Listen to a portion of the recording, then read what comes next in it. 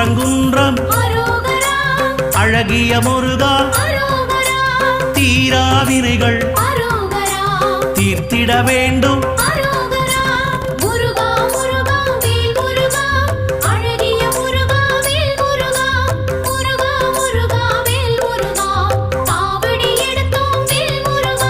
சுவாமி மலையனே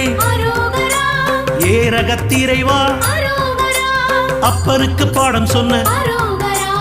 ஆறுமுகவேலா